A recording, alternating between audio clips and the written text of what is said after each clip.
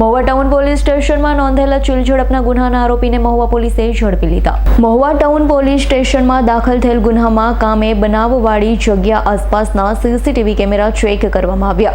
આ દરમિયાન તારીખ 11/11/2025ના રોજ મહુવા ટાઉન પોલીસ સ્ટેશન વિસ્તારમાં પેટ્રોલિંગમાં હતા। આ દરમિયાન બાતમી મળી કે હીરો સ્પ્લેન્ડર મોટરસાયકલ સાથે એક ઇસમ ટીસી પેટ્રોલ પંપ પાસે ઉભેલો છે।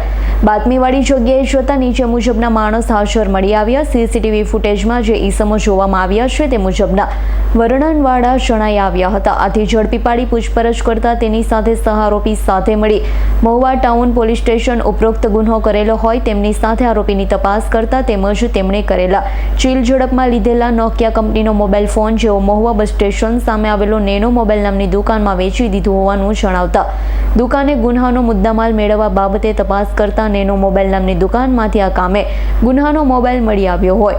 બંને આરોપીઓએ પોતાના આર્થિક લાભ માટે ચીલ ઝડપ કરી ચોરીનો મુદ્દામાલ વેચી ત્રીજા આરોપીને વેચીતી જણાવ્યું છે। આ અંગે કાયદેસરની કાર્યવાહી કરવામાં આવેલી છે।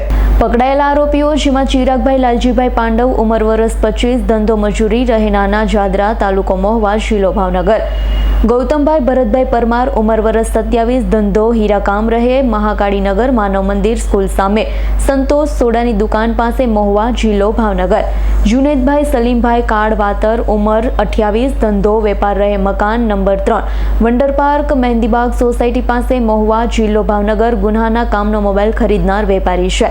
કામગીરી કરનાર પોલીસ સ્ટાફ જેમાં police inspector Shri K S. Patel અને માર્ગદર્શન હેઠળ police sub inspector P M. Parmar તથા અરનામ head constable A K. Pandya, police constable Jitendrabhai Katariya, police constable Hareshbhai Dihora, police constable Dharmendrasinh Vala અને police constable Shambhubhai Dabhi, police constable Vijaybhai Pandya તથા રાજુભાઈ પરમાર મહુવા પોલીસ ટીમ। આસિફ ભગવાનનો રિપોર્ટ, S9 ન્યૂઝ મહુવા।